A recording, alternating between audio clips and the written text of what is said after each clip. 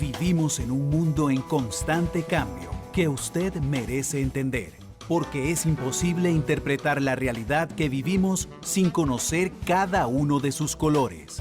Porque muchos son los tonos de la actualidad, presentamos Matices.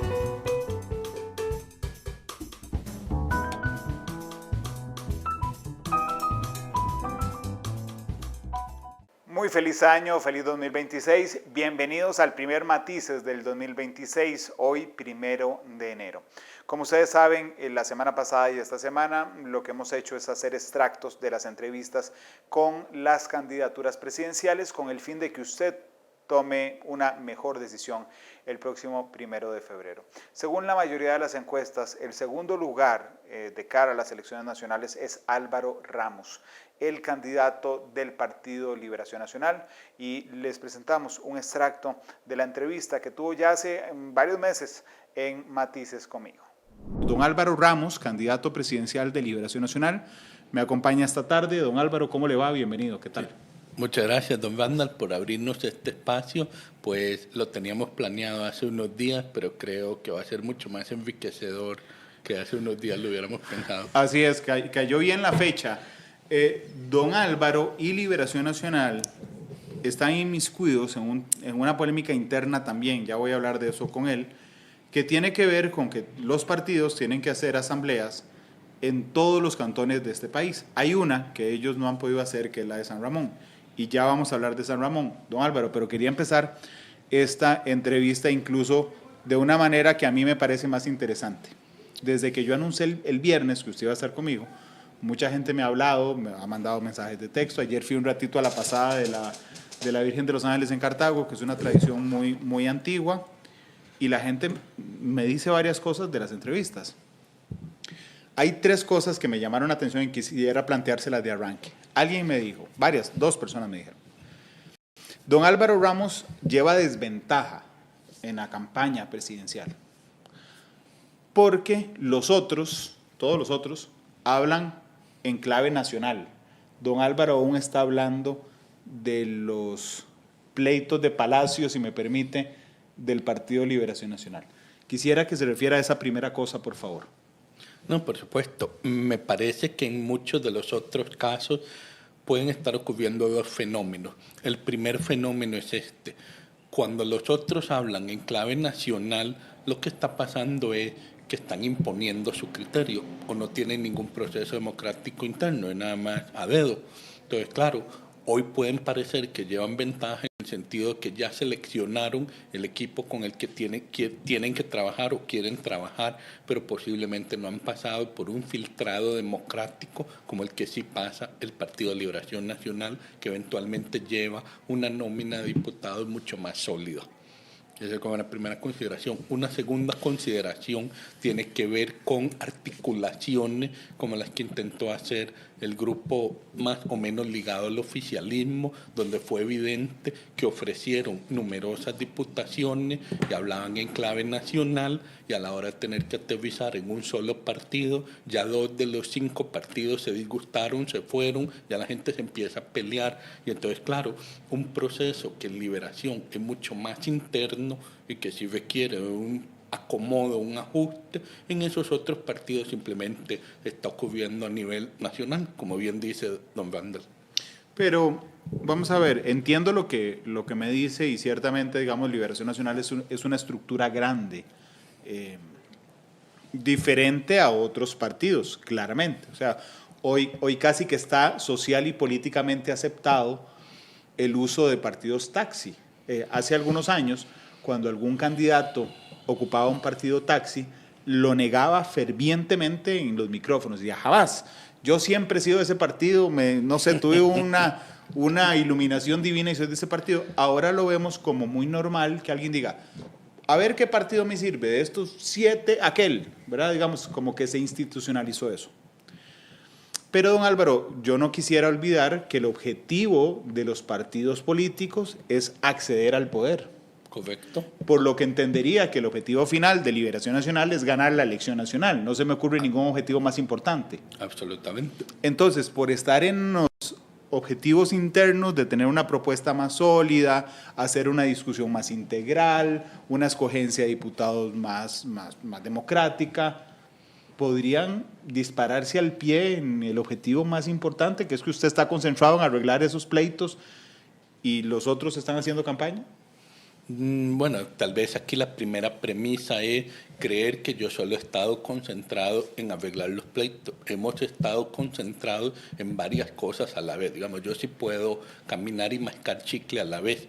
Entonces hemos estado construyendo el plan de gobierno, hemos estado construyendo la narrativa que deseamos explicarle a la población nacional, nuestra visión país, nuestra visión del liderazgo país, nuestra visión de los grandes bienes públicos que hay que resolver en este país, nuestra visión de cómo vamos a promover la producción y empleo. Entonces sí hemos estado trabajando en eso, ya lo teníamos esbozado desde la precampaña y lo hemos ido refinando para que sea un mensaje quienes nos van a acompañar a nivel de nómina de diputados, para que sea un grupo que lo represente a usted, el costarricense. No puedo dejar ir dos frases que me acaba de tirar, ¿sí? Una es que me dijo, así tenemos una nómina más sólida de diputados. ¿A qué se refiere con eso? ¿Por qué la nómina de diputados de Liberación Nacional sería más sólida que la de otros partidos políticos, don Álvaro? Pues porque la construiremos desde nuestro propio esquema como Asamblea Nacional del PLN. Resulta que la asamblea de este partido tiene una estructuración que tiene un componente territorial, un componente sectorial y un componente de movimiento. Eso genera un tejido social muy rico a nivel de la asamblea que permite que la nómina refleje la Costa Rica que somos. Es mi lectura que ningún otro partido tiene este tejido social rico, ningún otro partido tiene esta estructuración multipartita, y por lo tanto es mucho más difícil que eviten lo que es muy común en los partidos, un tipo de esquema monolítico en las diputaciones. Gracias a las personas que están comentando un montón hoy, a William Daniel Barrantes, a Pedro Cerdas, a doña Alma, a Victoria Eugenia Quirós, a Luis Guillermo Duval, a Andrés Ugalde. Aquí alguien dijo que yo lo tengo bloqueado al canal de Matices. No es cierto. Primero, yo no lo manejo, lo maneja el canal completo, y segundo, entiendo que no hay nadie bloqueado, así es que debe tener alguna situación. Lo otro que me dijo, que no quiero dejar pasar, es yo sí camino y masco chicle a la vez. ¿Quién no? ¿Quién no, don Álvaro? Porque cuando usted dice yo sí, ¿a quién se refiere? Hay candidatos que usted los ve, en términos muy ticos, chapas para afrontar el proceso interno y la campaña al mismo tiempo. No, en realidad no me refería a eso, me refería más a lo que usted sugería, que yo estoy consumido en el proceso interno y no estoy haciendo nada más. Cuando digo que camino y masco chicle, simplemente estoy diciendo que esa no es la premisa correcta. Sí estamos atendiendo los temas internos del partido y a la vez planificando nuestra proyección externa y empezando a colocarla. Por ejemplo, ya estuvimos en Guanacaste en días recientes y por supuesto hemos ido visitando muchos sectores desde hace semanas. La otra frase que yo intenté agrupar, de la que varias gente me dijo, don Álvaro, que es, yo entiendo que los ticos y la gente en general tiende a generalizar. O sea, es decir, usted puede ser un porterazo y atajar todos los goles, sale 2 veces mal en su vida y le dicen que es un bombero, ¿verdad? Aunque haya hecho 1000 partidos buenos. Y varias gente me dijo, es que a don Álvaro nadie le hace caso. Entonces, cuando yo le pregunté a qué se refieren con nadie le hace caso, me dijeron, vea lo de Johnny, así, vea lo de Johnny, caso 1, y ahora, no sé si decirle lo de Nixon. Bueno, vea lo de San Ramón, caso 2. La gente dice que a usted no le hacen caso como candidato presidencial. ¿Qué nos dice de eso? Bueno, obviamente lo primero es que a diferencia de muchas otras personas que tal vez interpretan la comodidad o el acomodo como liderazgo, yo interpreto como liderazgo decir, por aquí vamos, usted se suma o no se suma, es un proceso democrático, algunos no se suman y yo respetaré eso, pero yo tengo que decir para dónde vamos, porque yo soy el líder de este partido, soy el líder de un movimiento que busca ganar las presidencia y gobernar a partir de mayo del 26, y estoy convencido de que lo haremos, porque estoy convencido de que tenemos la mejor visión para el futuro de Costa Rica, una visión donde usted sigue teniendo plenas libertades, una visión donde usted vive sin miedo, una visión donde don Randall puede hacer preguntas incómodas todas las veces que quiera. Ese es el mundo en el que quiero que viva don Randall, ese es el mundo en el que quiero que viva usted, y un mundo en el que Costa Rica sea cada vez más próspera y justa, donde todos nos consideremos iguales ante la ley. Ese es el mundo que yo quiero seguir construyendo, el mundo en el que crecí y en el que quiero seguir viviendo y que quiero que vivan mis hijas. Eso es liderazgo, es una visión país. Y hay personas que no se están sumando a esta visión país porque tal vez creen en la concentración de poder, tal vez creen en un liderazgo mal entendido que es la imposición. Nosotros no imponemos, nosotros proponemos. Y simplemente de ahí no todos nos podemos poner de acuerdo, pero eso también se trata de liderar, de poder decirle a la población, este es el camino que propongo, súmese. Alguna gente en Facebook se está quejando con razón que no estamos transmitiendo en YouTube. Tienen razón, tenemos un problema en YouTube.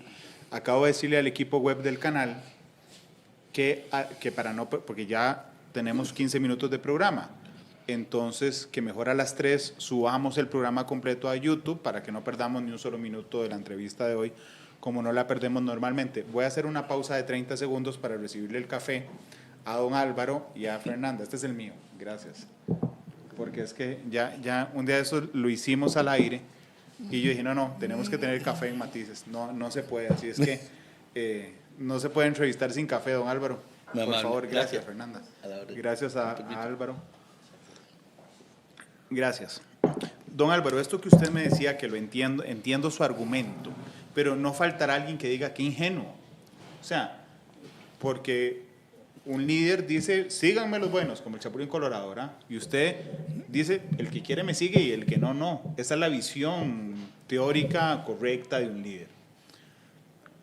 Pero en política podría ser calificado de ingenuidad.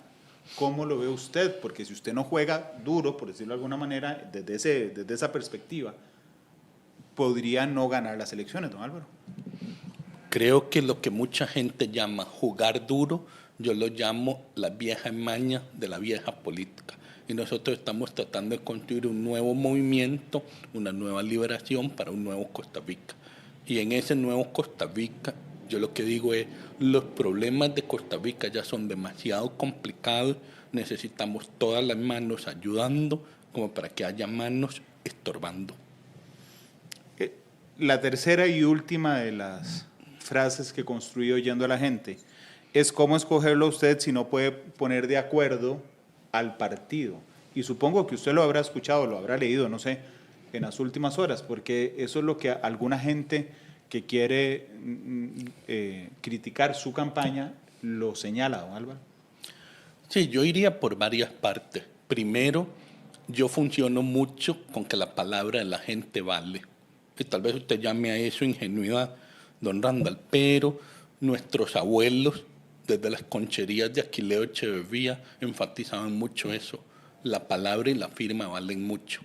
Y resulta que cuando yo entré en este proyecto, había una palabra de 4 líderes históricos que prometieron hacerse a un lado.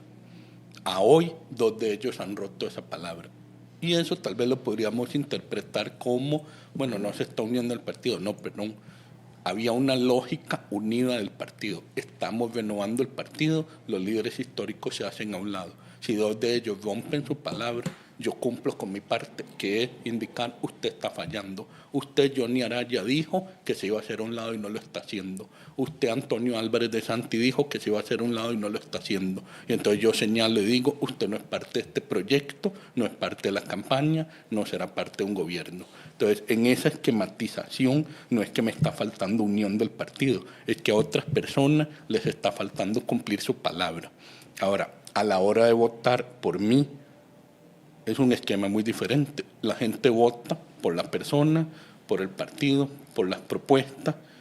No es una idea básicamente de, bueno, unámonos todos, estamos de acuerdo en absolutamente todo. No, es una idea de esta es mi lógica general, esta es la armonía de mi visión país. Si usted está a grandes rasgos de acuerdo con esta armonía, vote por mí. Nada más voy a aclararle que yo no lo llamé ingenuo, sino que dije que algunos podrían etiquetar eso de ingenuo.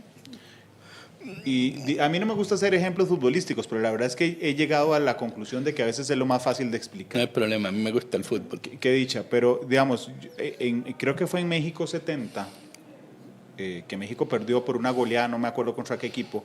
Hay un chiste del narrador, que el narrador decía, gol del otro equipo, no me acuerdo qué, Hungría, Alemania, que decía, gol de Alemania, 8-0, pero qué lindo juega México. A eso me refiero, que usted podría decir, bueno, Randall, sí, esta es mi visión de mundo.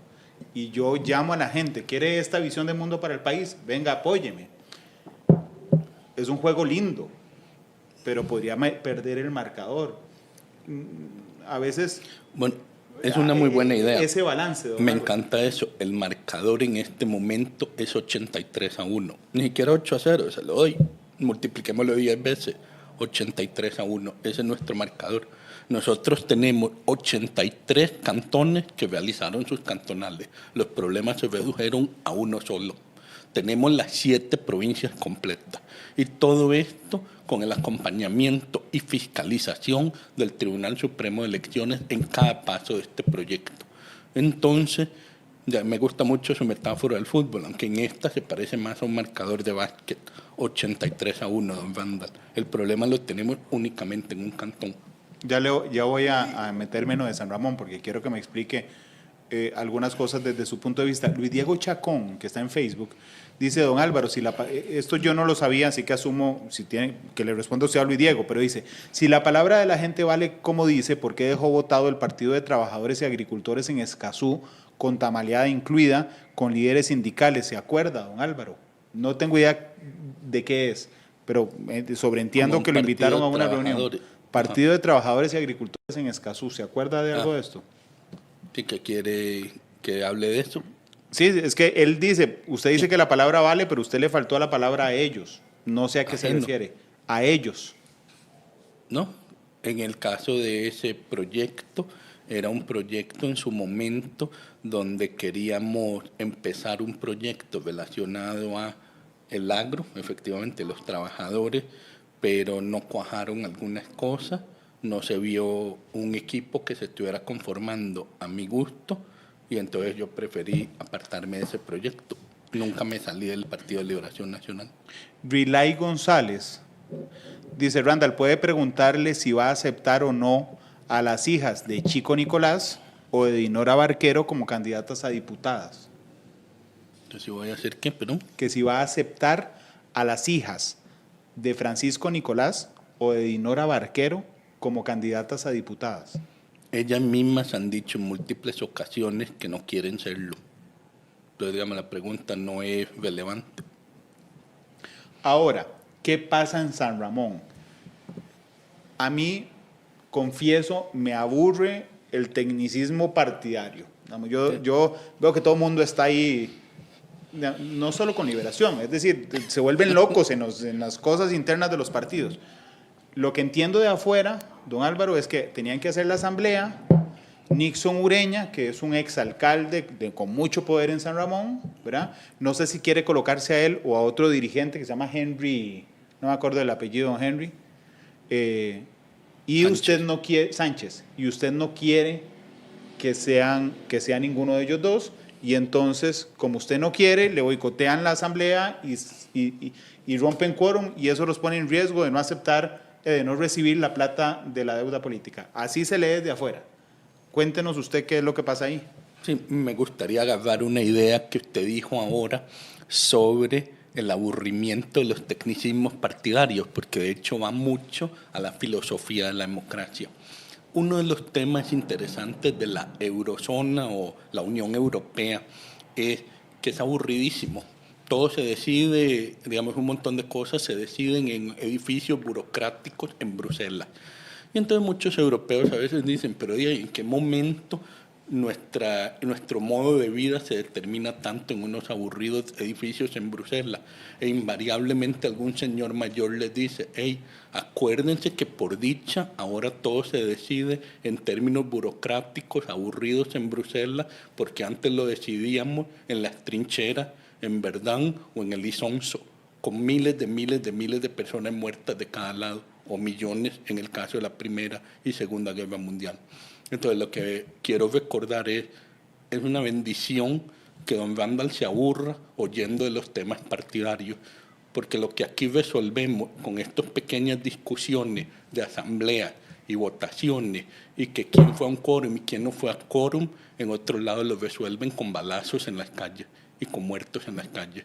Entonces sí, es una bendición que don Randall se aburra oyendo los términos técnicos partidarios, igual que ha sido una bendición para Europa aburrirse con los términos técnicos de la Unión Europea, porque ellos sí sufrieron decenas de millones de muertos cuando no tenían cómo aburrirse en la Unión Europea. Entonces, digamos, es una acotación importante porque va, perdón, don Randall, porque va al meollo del asunto de por qué es tan importante la democracia.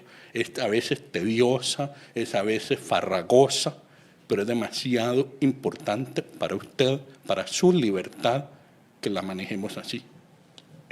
Sí. Ya regreso a la pregunta, pero voy a decirle algo de esto. Sí, por favor. Lo entiendo. Lo que pasa es que, y no en términos políticos, don Álvaro, incluso en todos los términos de la vida. ¿Okay? Yo soy director de un medio de comunicación y tengo mis gustos personales. Y a mí me encantaría que una vez que se acabe el noticiero de la mañana, empecemos a pasar documentales a las 7 de la mañana, a las 8, bueno, a las 8 se acaba el noticiero, a las 8, a las 9, a las 10, a las 11, volvamos con noticias al mediodía y volvamos a dar documentales a las 2, a las 3, a las 4, a las 5, y yo sería feliz. Y creo que teóricamente, cuando me dijeran, qué aburrido que pongan documentales todo el día, yo les diría, bueno, sí, pero es que antes había un montón de programas que no sumaban nada y a ustedes los documentales les suman en su criterio personal. Y alguien también igual de sabio me diría, qué aburrido, porque entonces eso me aleja a la gente de ver tele. Entonces, entiendo desde dónde me lo dice, pero también hace que el día que usted va a votar, bueno, ya no se vota así, se vota con X, la gente no sienta la política cercana. Entonces, no siente la democracia como suya, don Álvaro. Y ese es un desafío ya no solo suyo, sino en general de todas las clases políticas del planeta. No deja de ser un balance entre el deber ser y el es, con una enorme dosis de realismo, don Álvaro. No, estoy de acuerdo con don Randall en este punto. Estoy de acuerdo que la política tiene que tener dos niveles. Hay un nivel que es más burocrático, más tedioso, si se quiere, que básicamente solo apasiona a los que realmente están muy involucrados en política, porque ahí se van dirimiendo esos pequeños conflictos de valores y de poder. Y hay una política de alto nivel que de alguna manera es la que nos ha faltado más hablar y que don Randall ha apuntado correctamente en esa dirección, que es, bueno, cómo resolvemos los problemas nacionales. Y eso un poco es a lo que he venido yo a decir una y otra vez. Necesitamos una democracia que resuelva los problemas, porque solo en la democracia se resuelven. En cualquier otro modelo no es que se resuelven los problemas, es que te prohíben hablar de los problemas que tenés, porque o te meten a la cárcel o te matan. Y entonces ahí sí, ya no hay problemas porque nadie puede hablar de ellos. En la democracia es que podemos hablar de los problemas y resolverlos. Y entonces a eso sí voy yo, que yo sí quiero resolverle a usted sus problemas de seguridad, sus problemas de salud, sus problemas de educación, sus problemas de encontrar empleo, de producir, de invertir. Eso sí quiero resolverlo yo y queremos resolverlo en este movimiento nacional que estamos construyendo. Ahora, cuénteme el intríngulis de San Ramón. ¿Por qué han hecho 83 bien y una no? ¿Qué diablos es lo que pasa en San Ramón, don Álvaro? Sí, la lectura que tenemos de San Ramón es que es un tipo de sabotaje político inédito en la historia nacional y en la historia del partido, ciertamente. Nosotros, como campaña, ganamos en San Ramón con más del 70% de los votos válidos. y participaron más de 5.000 bamonenses. Esos 5.000 bamonenses en ese proceso de convención abierta eligieron unas delegaciones distritales. Todo esto fiscalizado por el Tribunal Supremo de Elecciones. Esos representantes debían reunirse en una asamblea cantonal desde hace algunas semanas y procedieron a no asistir algunos de ellos, principalmente liderados por dos personas que, como ya don Randall apuntó, uno se llama Nixon Ureña y el otro se llama Henry Sánchez. Y desafortunadamente, como hemos dicho varias veces, pues una de mis promesas de campaña a partir de ahora es que urge mejorar la recepción de celular en San Ramón, porque los líderes de San Ramón no ha habido forma de que atiendan el celular. Ok, claramente esta última parte estaba cargada de ironía, para que alguien no salga mañana, propone mejorar la señal 4G en San Ramón.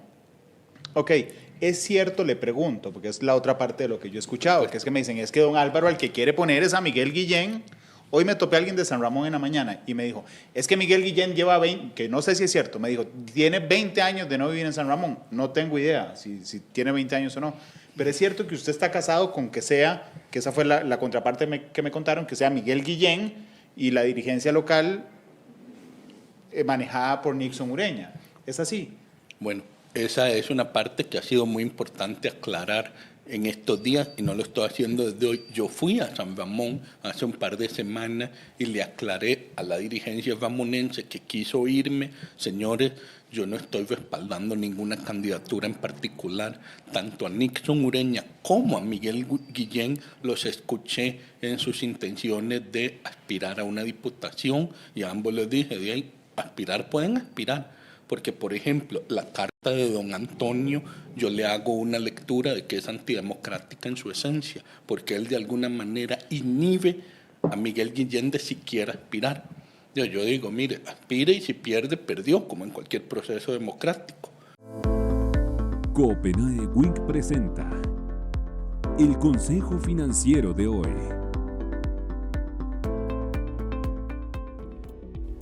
Las finanzas personales reflejan sus hábitos, decisiones y prioridades a lo largo del tiempo. No se trata únicamente de cuánto gana, sino de cómo administra lo que tiene y cómo planifica su futuro. Contar con finanzas sanas le permite reducir el estrés, tomar decisiones con mayor claridad y enfrentar imprevistos con más seguridad. Para evaluarlas, revise periódicamente sus ingresos, gastos, deudas y metas financieras, identificando oportunidades de mejora.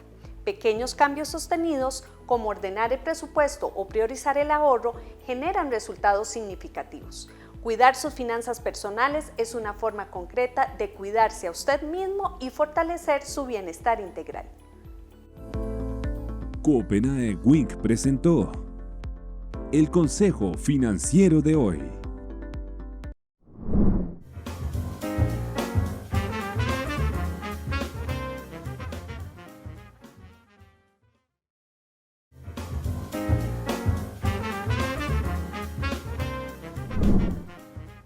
Gracias por estar con nosotros. Una de las entrevistas más recientes que tenemos en este compendio de candidaturas presidenciales es la de Juan Carlos Hidalgo, el candidato del Partido Unidad Social Cristiana, que estuvo con nosotros hace algunos días y que nos explicó parte de su propuesta de gobierno en caso de ganar las elecciones.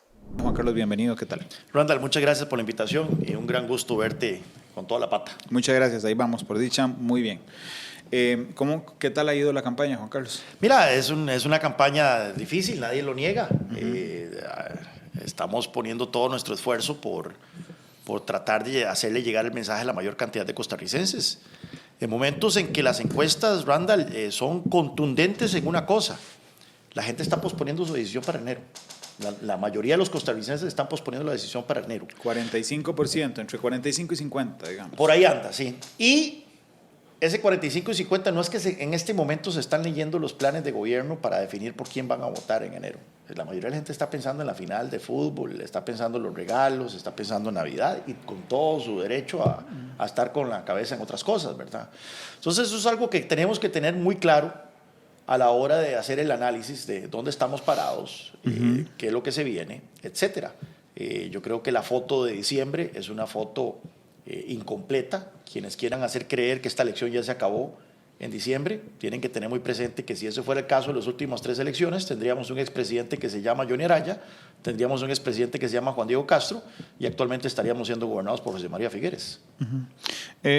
Usted dijo que si hay una cosa que nos dejan las encuestas clara.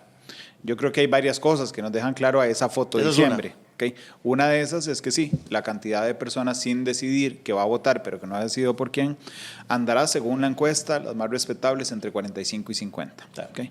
Otra cosa que son consistentes todas es que la gente que se ha decidido votar, que no es ese 45-50, en su mayoría apoya a doña Laura. Sí.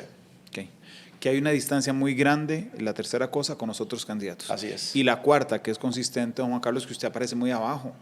Sí, todos aparecemos muy abajo. O sea, todos. Hay un pelotón. Menos doña Laura. Menos doña Laura. Pero hay un pelotón. Luego está don Álvaro. Y luego hay un poquito más abajo, hay un pelotón donde estamos el resto de los candidatos. La gente va... Otra cosa que tenemos que tener claro es que mucha de la gente que ya se definió, en teoría, puede cambiar perfectamente de opinión. Y lo vimos con la encuesta de la UCR. Hubo gente que se pasó de bando, estaba apoyando a alguien y luego se pasó a apoyar a otra persona. Entonces, lo que podemos ver de esto, Randall, es que tenemos un escenario muy fluido, tremendamente fluido. Cualquier cosa puede pasar. Y vamos entonces a un enero en donde los debates van a ser trascendentales, en donde el candidato que posicione mejor su mensaje en las últimas semanas y logre transmitirle confianza a los costarricenses va a ser el que va a ir a una segunda vuelta contra doña Laura, porque yo creo que hay que ser realistas en que vamos a una segunda vuelta contra la candidata del oficialismo. Yo le iba a preguntar, según su experiencia y su análisis, ¿cuál cree que son los motivadores de ese mes de enero que hacen o que la gente decida o que se pase de bando, Juan Carlos? Yo creo que la gente lo que está buscando es una persona. Bueno, ni siquiera es una persona, aunque siempre se dice que las elecciones son muy personalistas, ¿verdad? Que la gente vota por candidato y no por partido, y eso es cierto. Pero yo creo que en el tanto un candidato también proyecte tener un equipo con él, que brinde confianza, que transmita seguridad, que transmita a los costarricenses que a partir del 8 de mayo va a haber un gobierno serio, responsable, aterrizado, que va a entrarle de lleno a resolver los problemas que se han venido acumulando por tantos años. Ese es el candidato que va a llevarse esto. Y ahí va a estar el secreto de toda esta contienda. ¿Cómo hacemos para demostrarle a los costarricenses que somos esa opción? Y no el más popular, directo, fuerte. El tema del estilo es un tema que sale a relucir mucho en las encuestas, sin duda alguna.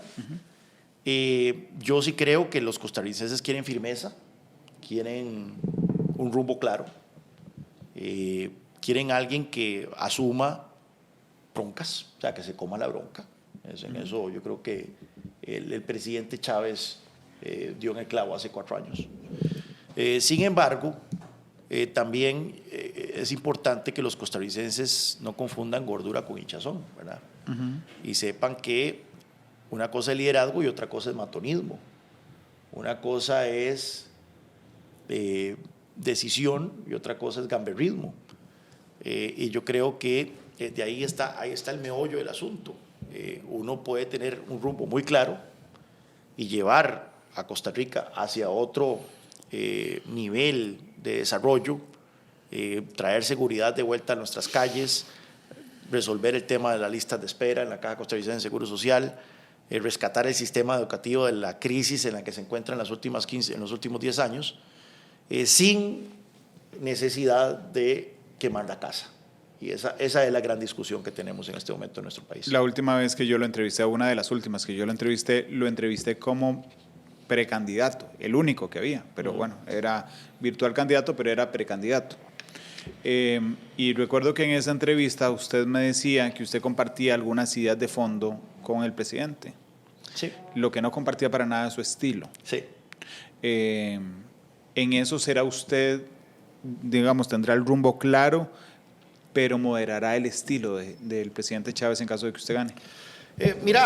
Yo creo que es necesario en ciertos temas ser firme, porque en juego está el descontento y la frustración legítima de los costarricenses. Por ejemplo, un tema como el Poder Judicial.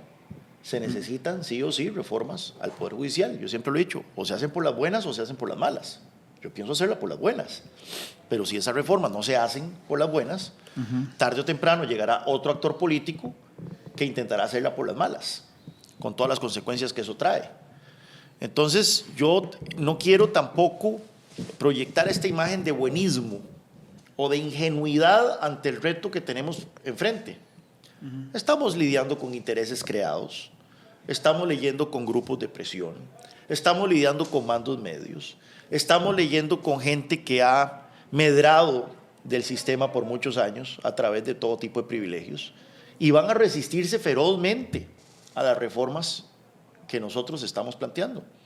Yo por eso hablo mucho también, Randall, cuando me preguntan, mira, ¿usted está de acuerdo con esto? ¿Usted está de acuerdo con otro? Y una cosa es lo que yo, Juan Carlos Hidalgo, como persona, como individuo, estoy de acuerdo, y otra cosa es la que yo creo que yo puedo hacer como presidente. Porque lo viable. El ancho de banda de un presidente en 4 años es limitado, y comprarse 28 broncas en 4 años, al final de cuentas uno no termina haciendo nada.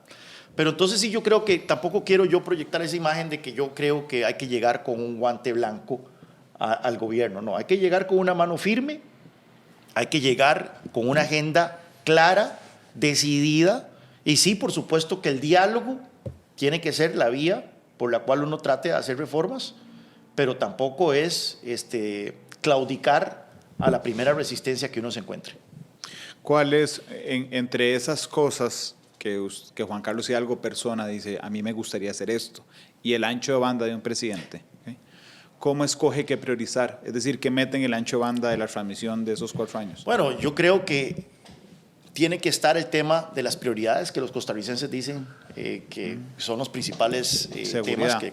Seguridad, número 1, y la pregunta del millón ahí, Randall, es cómo vamos a financiar el gasto histórico que hay que hacer en nuestras fuerzas policiales, en equipamiento, en tecnología, en infraestructura, en armamento, para la fuerza pública, para las policías municipales, para el servicio de vigilancia aérea y para el servicio de guardacostas. O sea, estamos hablando de una inversión monumental a la altura de la peor crisis de seguridad que vive nuestro país. Yo estoy planteando, por ejemplo, la venta de un activo estatal, la venta del Banco de Costa Rica para hacer un fideicomiso y que a partir de los rendimientos que genere ese fideicomiso se pueda hacer esta inversión y podamos darle a nuestra policía las herramientas para combatir a criminales que están tremendamente armados y son peligrosos. ¿Y alcanza? Sí, yo creo que los cálculos que hemos hecho es un rendimiento importante lo que generaría, incluso con cálculos conservadores. Cuando usted me dice rendimiento, ya lo dejo terminar, nosotros vamos y vendemos el BCR. Lo metemos en un fideicomiso. Esa plata se deposita. En un fideicomiso. Y nos genera intereses. Y a partir de los intereses que eso genere anualmente, eso, si usted calcula, por ejemplo, un interés de lo que da el ROP, los intereses, el ROP históricamente, desde que fue creado hace 25, 24 años, ha generado un interés como el 5.5% anual. Okay. Y el 5 en términos reales. El 5.5% anual de ese fideicomiso le da para hacer esa inversión. Y si usted calcula un precio modesto por el Banco de Costa Rica, que no sabemos el precio exacto que tiene, porque hay que hacer muchas estimaciones, da un suficiente como para empezar a hacer una importante renovación de los cuerpos policiales. Ahora bien, no es la única fuente de impuestos, no es la única fuente de ingresos que estamos planteando para ese fideicomiso. Pero es el principal. Entonces, ahí tenés Randall, con el tema de la venta del Banco de Costa Rica, una batalla bastante difícil. Yo sé, los costarricenses son muy apegados a ciertas instituciones del Estado. En el caso del Banco de Costa Rica, y eso genera sentimientos. Mi abuelo trabajó toda su vida en el Banco de Costa Rica. Si no hubiera sido por su trabajito en el Banco de Costa Rica, no hubiera mandado a sus hijas a estudiar. Pero bueno, esa es la discusión en donde el presidente tiene que usar su poder de persuasión, tanto en la Asamblea Legislativa como en la opinión popular, para decirles, bueno, costarricenses, en este momento la casa se nos está quemando, porque tenemos la casa incendiada, y para apagar el incendio necesitamos echarle mano a una joya de la abuela que de por sí está perdiendo valor todos los años. ¿Por qué el BCR? Mira, yo creo que es el banco estatal que constantemente se ha mencionado como el más proclive a ser vendido, ¿verdad? Yo creo que eso no se justifica que el Estado tenga dos bancos. Ahora ven, Randall, el Estado ha llegado a tener 4 bancos. Sí. Esto también es parte de la discusión. 2 ya no existen. Ajá. Y no fue porque los vendimos y les sacamos algún provecho. No. Anglo y Bancrédito. Tuvimos que cerrarlos, ¿verdad? Porque fueron desfalcados. Y con lo que hemos visto con SAFI y BCR, yo creo que los costarricenses tienen que tener claro que un banco en manos estatales tarde o temprano se presta para este tipo de cosas y puede terminar más bien costándonos más caro de lo que podríamos sacar en nuestros provechos. Tengo que reconocerle que no me quedó claro por qué el BCR. O sí me quedó claro, pero tal vez esperaba, se lo digo con mucho respeto, una respuesta más profunda, porque le pregunté por qué el BCR, y me dijo, porque siempre se ha mencionado ese. Sí, por supuesto que siempre se ha mencionado, pero es que tenemos 2 bancos. Es el segundo menos grande. Ok, es el segundo porque el más grande. grande es el Nacional. El más grande es el Nacional y sería un banco mucho más complicado. ¿Y el INS que se ha mencionado? Mira, yo no lo pongo en el tablero, no está en mi plan de gobierno. ¿Por qué? La venta del INS, yo creo que hay que saber escoger batallas, Randall, nuevamente, no todos. Bueno, este es un ejemplo en el que Juan Carlos Persona dice, sí, pero el Juan Carlos presidente dice, no. El ancho de banda no da no es viable. Para que un presidente pueda privatizar 2 activos del Estado en 4 años, no da el ancho de banda. Bueno, yo tengo que reconocerle que yo el otro día decía, ahora que he entrevistado a 19, decía el otro día que había algunas, no son propuestas básicas, lo que pasa es que hay algunas propuestas que son muy cantadas. O sea, yo decía, yo traigo a mi sobrina Kinder, aquí le digo, ¿usted cómo aumentaría la seguridad? Y me dice, más policías y más cámaras. Eso es cantadísimo. Bueno, las cámaras cuestan un montón de plata. Claro, por supuesto, pero el que no tenga eso, digamos, el que no me proponga eso ya es porque de verdad está muy jodido, don Juan Carlos. Pero usted propone la venta de un activo para financiar esa intervención, ¿okay? Esa es una diferencia. Y la otra diferencia es el tema de la Policía Europea. Sí, y antes de entrar en el tema de la Policía Europea, que es importantísimo, yo insisto, si a mí me vienen y me presentan una alternativa a la venta del Banco de Costa Rica, que no sea aumentar impuestos o endeudar más al país, yo encantado considero. ¿Usted complace el capricho del apego? Decir, bueno, está bien, no lo me voy por este otro rumbo. Pero estoy en contra firmemente de aumentar impuestos y endeudar el país. Y yo creo que todo candidato a la presidencia tiene que contestar esa pregunta. ¿De dónde va a salir la plata para hacer la inversión histórica que se requiere en nuestros cuerpos policiales? Yendo para el tema de Europa, Randall, yo creo que ese es el meollo del asunto. Y ahí yo insisto, nosotros podemos llenar esto de policías. Podemos poner cámaras cada 100 metros. Que el enemigo que estamos enfrentando, que es el crimen organizado transnacional, es más poderoso que el Estado costarricense. Ajá. Eso tenemos que reconocerlo. Es como que usted tenga una infección en todo el cuerpo y solo se trate el brazo.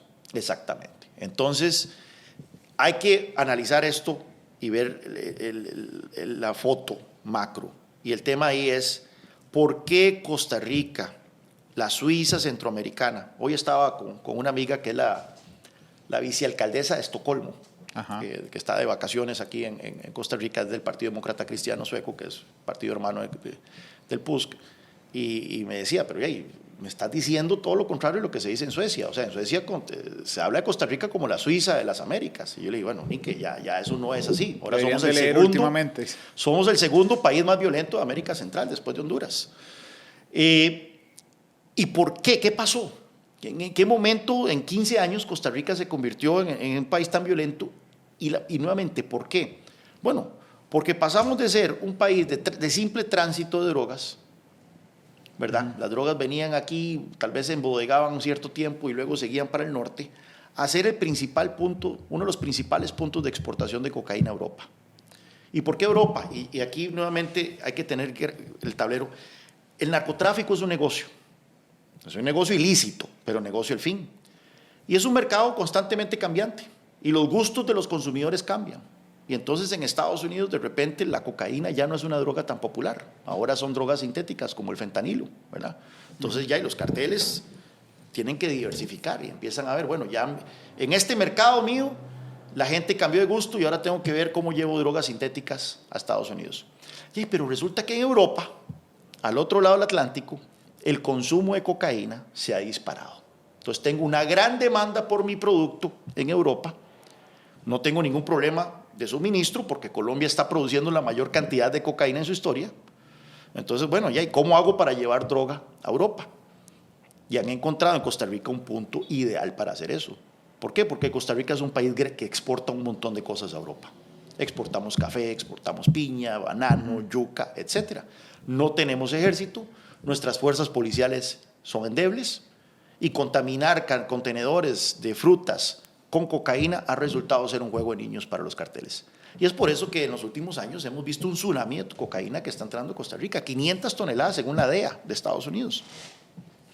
Y estos carteles operan de una manera en donde tercerizan sus operaciones en el territorio nacional. Entonces ellos llegan, contratan bandas locales para que sean esas bandas locales las que trasieguen la droga a lo interno, la lleven a Puerto Moín, que es un solo puerto donde sale la cocaína a Europa, y esa droga llegue entonces a puertos europeos. Estas bandas locales, estos carteles internacionales les pagan con droga, les pagan con cocaína. Y entonces estos carteles locales lo que hacen es buscar crear un mercado interno. Y entonces se han consolidado ya mercados internos en las zonas urbanos marginales, en las costas, etcétera. Y ahí es donde vienen las matazones, la peleación por territorio, el pleito por territorios y todo lo demás. Entonces, hago toda esta explicación para explicar por qué la lógica de tener una policía europea en Puerto Moín y por qué eso es tan importante para la seguridad de Costa Rica. ¿En qué beneficia a la gente de Alajuelita que haya una policía europea en Puerto Moín?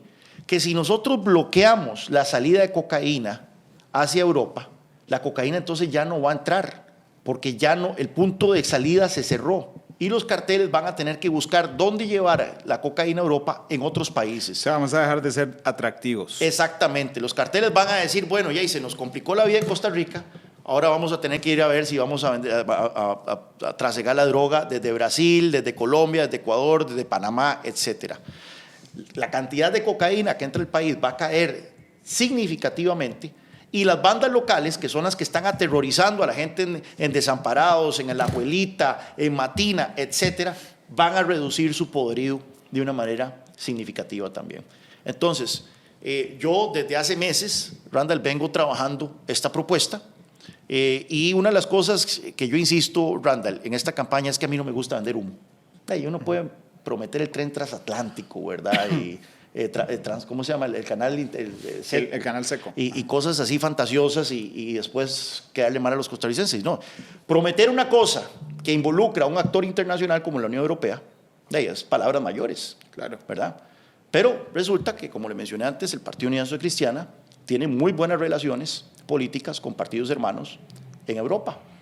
Hoy les mencionaba el Partido Demócrata Cristiano Sueco, pero está la CDU de Alemania, que es el partido que está gobernando Alemania, Partido Popular de España, entre otros. Y desde hace meses vengo yo en conversaciones con estos partidos y la semana pasada me invitaron a Bruselas, el Partido Popular Europeo, que es el partido sombrilla de todos los partidos de centro derecha y partidos demócratas cristianos de Europa, y que es el principal partido en el Parlamento Europeo.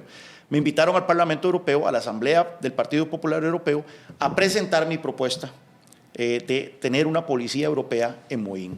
Y el Partido Popular Europeo aprobó una resolución en donde recomiendan un plan piloto. Ellos no han hecho esto en ninguna parte del mundo, tener a Europol, la policía europea, destacada en un puerto extranjero, pero recomiendan un plan piloto para Moín específicamente, de tal forma que de nosotros llegar a ser gobierno, ya tenemos el 57% de la tarea realizado. Ya tenemos el apoyo de la principal fuerza política en el Parlamento Europeo y rápidamente el gobierno de Costa Rica puede negociar ese acuerdo para, en cuestión de meses, ojalá en un año, menos de un año, tener una policía europea, cerrar la llave de Puerto Moín y entonces sí, reducir la cantidad de droga que entra a nuestro país.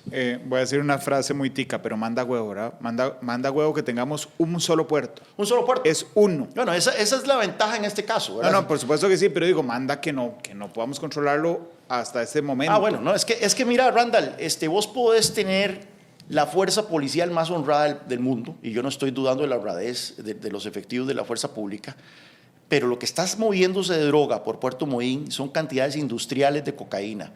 Y vos podés ser el policía más honesto de este mundo, que si que te no muestran, puedes ganarle, sí. no, si te muestran una foto de tu chiquito saliendo de la escuela a las 5 de la tarde, ya hasta ahí llegó todo. La capacidad de extorsión y de corrupción que tiene el crimen organizado es infinita. Es infinita casi. O sea, no puedo enfatizar más esa palabra comparado con lo que el Estado costarricense le puede pagar a un policía, ¿verdad? Claro. Entonces, por eso es que es mejor tener una policía extranjera en términos rotacionales. Entonces, cada mes los europeos se van a estar llevando los policías para que entonces no sufran de extorsión. Entonces van a ser policías alemanes, policías suecos, policías holandeses, quienes van a estar a cargo de la seguridad del puerto, o sea, a cargo de la seguridad de las exportaciones a Europa. Y por supuesto que esto va a complicar muchísimo la vida a los quienes trasiegan drogas desde ahí. Bueno, Mario Zamora, el ministro de Seguridad, me había comentado en una entrevista hace tal vez 1 año y medio, 2 años. ¿Se acuerda cuando los traileros golpeaban los escáneres al propio? Claro. Digamos que uno decía, pues qué raro, en 3 días. 24 horas después de que se instalaron los escáneres, 3 trailers chocaron contra Oiga, ellos. les pagaban un montón de plata. ¿Sí? $100,000 por derribar los escáneres. $100,000 se paga por desactivar los escáneres, inhabilitarlos, aunque sea por pocas horas. A cada rato sufren desperfectos eléctricos. Menos de la mitad de las exportaciones de Costa Rica a Europa pasan por los escáneres. Entonces, quienes creen que con poner escáneres ya hemos derrotado el narcotráfico, eso les traigo una cajita blanca el tamaño del polvo que está entrando, las 500 toneladas de polvo blanco que está entrando a Costa Rica. Porque hay que entender que en ningún puerto del mundo, todos los contenedores pasan por escáner.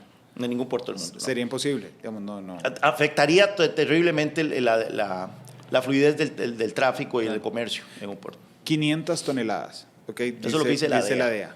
Entran a Costa Rica al año. Okay. Convirtámoslo a kilos, que es más común para nosotros. Son 500,000 kilos. ¿Está bien? 500 toneladas son 500,000 kilos. El promedio de decomiso de los últimos 8 años es de 25 toneladas nuestras, 25,000 kilos al año. Eso significa que nosotros decomisamos solo el 0.005% de la droga que pasa.